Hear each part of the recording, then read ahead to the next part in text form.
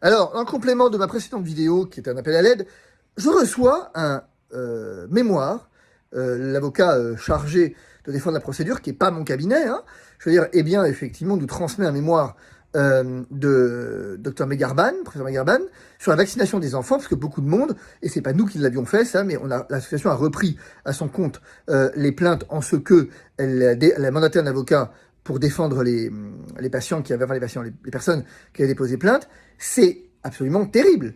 Le mémoire de Megarban, il est terrible. Il défend bec et ongle la vaccination des enfants, mais bec et ongle. Bec et ongle la nécessité qui était alors celle de vacciner les enfants, aujourd'hui celle de continuer.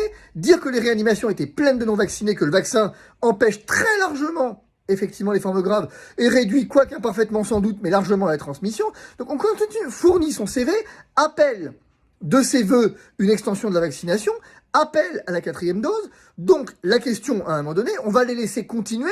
Combien de temps? Parce que moi, je veux bien hein, qu'on vienne sur Twitter dire ouais, je veux bien qu'effectivement, Manif, on vienne proclamer, ils veulent piquer nos enfants. Et qu'est-ce qu'on fait concrètement pour les empêcher de le faire? Qui, effectivement, a agi en justice? Sinon, l'association. Qui a pris à sa charge les frais d'avocat? Qui n'est pas mon cabinet, j'y insiste. Sinon, l'association. Alors à un moment donné, si vous voulez, ça me saoule. Ça me saoule. Ça me saoule de proclamer la liberté tout le temps et de ne jamais donner les moyens de la défendre. Et vous comprenez ce que je veux dire au regard des personnalités. Tandis que, effectivement, je veux bien qu'on vienne dire « Oh, il n'a pas déclaré ses liens d'intérêt ». Et qui agit concrètement contre ces médecins